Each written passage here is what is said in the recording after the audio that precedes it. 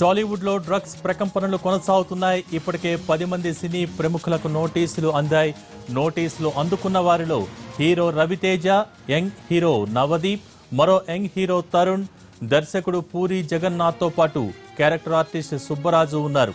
వీరితో పాటు heroine Charmi, art director చిన్న, సినిమాటోగ్రాఫర్ శ్యామ్ నాయుడుకి కూడా ఎక్సైజ్ ఎన్ఫోర్స్మెంట్ నుంచి నోటీసులు అందినట్టు తెలుస్తోంది. వీరిని ఈ నెల 19 నుంచి అధికారులు విచారించనున్నారు. టాలీవుడ్ లో మొత్తం 19 మందికి నోటీసులు వెళ్లాయి. ఇవాళ రేపట్లో మరికొంతమందికి తాకీదులు ఇవ్వనున్నారు. ఇక ఇవాళ డ్రగ్స్ కేసుకు సంబంధించి ఓ కీలక వ్యక్తిని అరెస్ట్ చేయబోతున్నట్టు సమాచారం.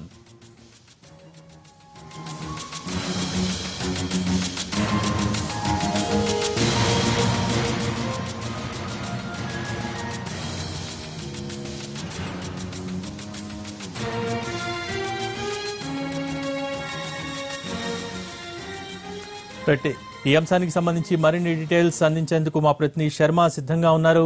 శర్మ, చెప్పండి, ఇప్పటిదాకా నోటీసులు అందుకున్న వారిలో ప్రముఖులు ఎవరెవరు ఉన్నారు, ఇంకా ఎవరెవరికి నోటీసులు అందిస్తున్నారు? వ్యవహారం ఇప్పుడు సినిమా పరిశ్రమను షేక్ చేస్తున్నటువంటి పరిస్థితి కనిపిస్తోంది. 10 మందికి నోటీసులు జారీ అయ్యాయి. వాళ్ళు కూడా అందరూ కూడా అందుకున్నట్టు ఎక్నాలెడ్జ్మెంట్ కూడా ఎక్సైజ్ శాఖకు చేరింది. అందుకున్నటువంటి వారిలో ప్రముఖ హీరోలు, డైరెక్టర్లు, అలాగే హీరోయిన్, ఆర్ట్ డైరెక్టర్లు, సినిమా ఆటోగ్రాఫరు, అలాగే ఇతర వ్యక్తులు అందరూ కూడా ఉన్నారు. అయితే ప్రముఖ హీరో రవితేజ ఈ నోటీసులు అందుకున్న వారిలో ఉండడం ఇప్పుడు సంచలనం రేపుతున్నటువంటి పరిస్థితి. గతంలో అతని తమ్ముడు భరత్ కూడా ఈ డ్రగ్ వ్యవహారంలో పోలీసులకు పట్టుబడ్డాడు. ఆ తర్వాత అనేకమైనటువంటి విషయాలు వెలుగు చూశాయి. కానీ తాజాగా రవితేజ కూడా నోటీసులు అందుకున్నటువంటి వ్యవహారం చూస్తే గనక ఆ ఫ్యామిలీలో చాలా మంది డ్రగ్స్ తీసుకుంటున్నట్టు తెలుస్తున్నటువంటి పరిస్థితి ఉంది. ఆయనతో పాటు పూరి జగన్నాథ్, ప్రముఖ డైరెక్టర్ అయిన అనేక మంది అగ్ర హీరోలతో సినిమాలు తీసినటువంటి పూరి జగన్నాథ్ కూడా ఇప్పుడు నోటీసు అందుకున్నారు. మరి ఆ నోటీసులో వీళ్ళు ఎవరెవరి నుంచి డ్రగ్స్ తీసుకునేవారు, వీళ్ళు ఎవరెవరికి ఆ సినిమా ఇండస్ట్రీలో ఇచ్చారనే దానికి సంబంధించి ఎక్సైజ్ ఎన్ఫోర్స్మెంట్ డైరెక్టరేట్ విచారించేటువంటి అవకాశం మనకు కనిపిస్తోంది.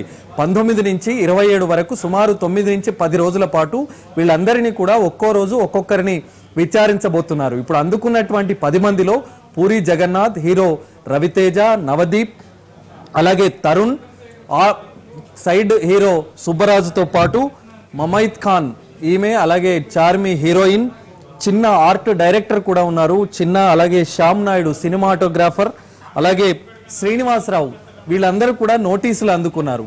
అయితే రవితేజకు నైజీరియాకు సంబంధించినటువంటి జీషాన్ వ్యక్తి నుంచి ఈ కొకైన్, అలాగే చాలా కాస్ట్లీ మత్తు పదార్థం అంతా కూడా రవితేజకు సప్లై చేస్తున్నట్టు తెలుస్తోంది. శ్రీనివాసరావు ద్వారా రవితేజకు ఆ జీషాన్ అనేటువంటి నైజీరియన్ వ్యక్తి సరఫరా చేస్తున్నట్టు విచారణలో వెల్లడైంది.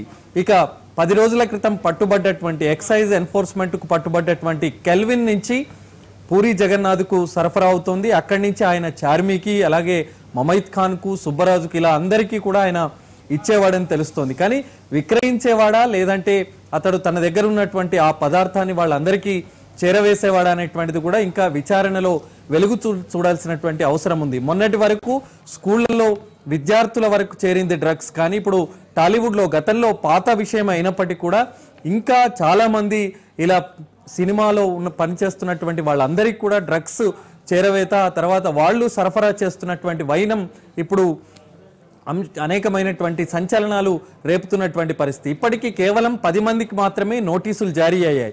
విచారణలో ఇంకా ఎవరెవరు ఉన్నారు, ప్రముఖ హీరోలు కానీ, హీరోయిన్లు కానీ, డైరెక్టర్లు కానీ, ప్రొడ్యూసర్లు గారు కానీ ఎవరెవరు ఉన్నారనేటువంటిది కూడా తేలాల్సి ఉంది. వారిలో కొంతమందికి ఇప్పటికే నోటీసులు జారీ చేశారు, కానీ అవి వాళ్లకు చేరినట్టు తెలుస్తుంది. వాళ్లకు చేరిన తర్వాత ఆ వివరాలు కూడా వెల్లడించేటువంటి అవకాశం మనకు కనిపిస్తోంది.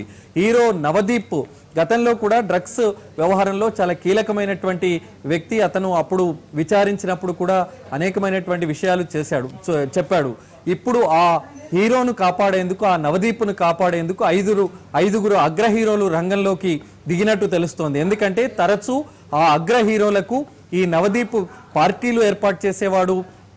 వాళ్ళకి ఎప్పటికప్పుడు ఈ మత్తు పదార్థానికి కానీ ఇతరత్ర కాస్ట్లీ పార్టీలన్నీ కూడా వాళ్లకు అరేంజ్ చేసినటువంటి వాడు కాబట్టి అతన్ని కాపాడే దిశగా ఒక 5గురు అగ్ర హీరోలు రంగంలోకి దిగినట్టు తెలుస్తోంది. వాళ్ళు ఇప్పటికే మరి ఈ కేసు నుంచి నవదీప్ను తప్పించే విధంగా కూడా ప్రయత్నాలు చేస్తున్నట్టు తెలుస్తోంది. అయితే ఈ నెల 19 నుంచి 27 వరకు ఎక్సైజ్ కార్యాలయంలోనే విచారించబోతున్నారు కాబట్టి ఇప్పటికే ఈ వ్యవహారం అంతా లీక్ అయింది. అలాగే ఇప్పుడు పేర్లు కూడా బయటపడ్డాయి. నిన్నటి వరకు ఎవరు అన్నదానికి సంబంధించి ఊహాగానాలు మాత్రమే వచ్చాయి. కానీ ఇప్పుడు స్పష్టంగా పేర్లు 10 మందికి సంబంధించినటువంటి పేర్లన్నీ కూడా బయటపడ్డాయి. కాబట్టి వాళ్ళందరూ 19 నుంచి 27 వరకు ఎక్సైజ్ కార్యాలయానికి రాబోతున్నారు. కాబట్టి అవన్నీ మీడియాలో వచ్చేటువంటి అవకాశం ఉంటుంది. కానీ అక్కడి నుంచి ఆ విచారణ కేంద్రాన్ని అక్కడి నుంచి వేరే ప్రాంతానికి మార్చాలంటూ కూడా ఇప్పటికే సినీ పరిశ్రమ నుంచి క్యాబినెట్లో ఉన్నటువంటి ఒక మంత్రికి, తెలంగాణ క్యాబినెట్లో ఉన్నటువంటి ఒక మంత్రికి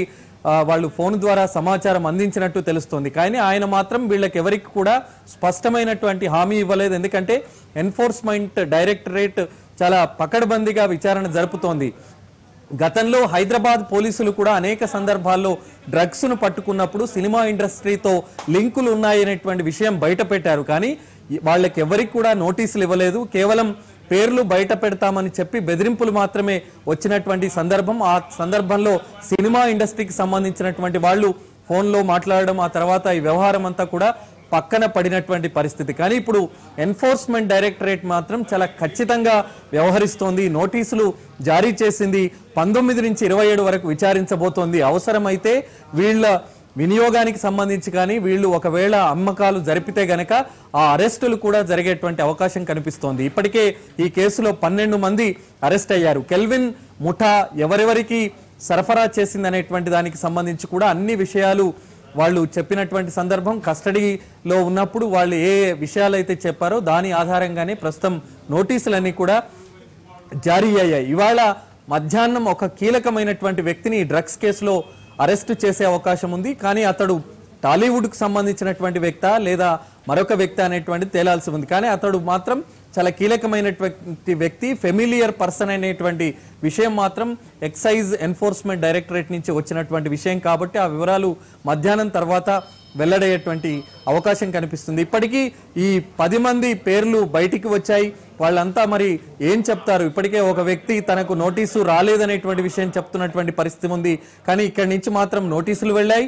వాళ్ళు అందుకున్నట్టు కూడా ఎక్సైజ్ శాఖకు ఎకనాలెడ్జ్మెంట్ కూడా వచ్చింది. కాబట్టి మరి వాళ్ళ రియాక్షన్ ఏ విధంగా ఉంటుంది అనేటువంటిది చూడాల్సి ఉంది. మధ్యాహ్నం తర్వాత దీనికి సంబంధించి అధికారికంగా అకున్ సబర్వాల్ దీనికి సంబంధించినటువంటి వివరాలు వెల్లడించే అవకాశం కనిపిస్తోంది.